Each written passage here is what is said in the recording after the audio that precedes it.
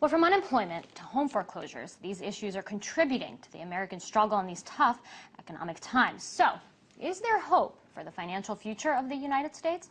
RT's Anastasia Churkina takes a look at how just 2 years ago today, the collapse of Lehman Brothers kicked off a global financial fallout. Take a look. 2 years have passed, but is anyone wiser? The U.S. marks the second anniversary of the largest bankruptcy in its history. Investment bank Lehman Brothers, holding $600 billion in assets, fell to its knees, becoming the tipping point of the financial meltdown. The fact that it failed actually really shook people's confidence in the financial system as a whole. In panic attack mode, the U.S. stock market went through the biggest points fall in one day since the attacks of 9/11. When the Feds let Lehman go under, it was sort of a crescendo, and at the same time, it triggered off a number of other events. You had ripples throughout the global financial system, from here to Europe. Most Americans went broke, but not hotshot CEOs. Apart from losing its dignity and credibility, Wall Street went unpunished. Other than Bernie Madoff, where do you see anyone getting a 150-year sentence? Few have learned any real lessons. Are they more frightened and worried? Yes. Are they more careful? Yes. Can they afford not to take risks again? No.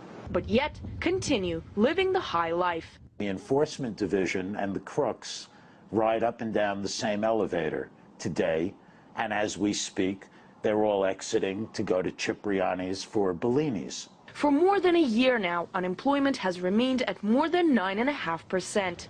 However, most analysts say that number is closer to 20. And it doesn't stop there. The housing crisis forced millions of Americans out on the streets. In New York alone, homelessness has gone up a staggering 50%. Lehman was a symptom of that, and in a way it accelerated the panic. But what really hurt America was the focus on housing and the subsequent collapse of that. Howard Sirota, who has been on Wall Street for more than 30 years, suing corporations for fraud, says what hurt the U.S. was much trickier. The difference between arithmetic and accounting is that in accounting, the result can be any number you want it to be. Lehman knew what it was doing, but more importantly, the United States government knew what Lehman was doing. Many are still skeptical that the worst is over. People are not buying because they're too insecure about the future. Therefore, there's no market for goods, so people are being laid off, which frightens them even further. You're in this classic downward spiral that puts the American economy in its worst condition that I have seen in my lifetime, and I've been around a long time.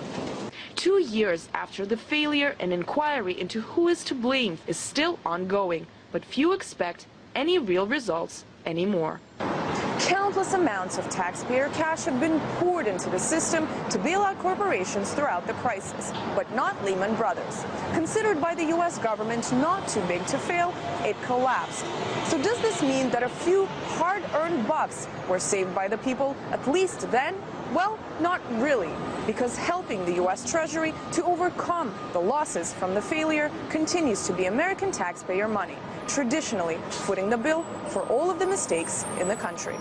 Anastasia Churkina, RT, New York.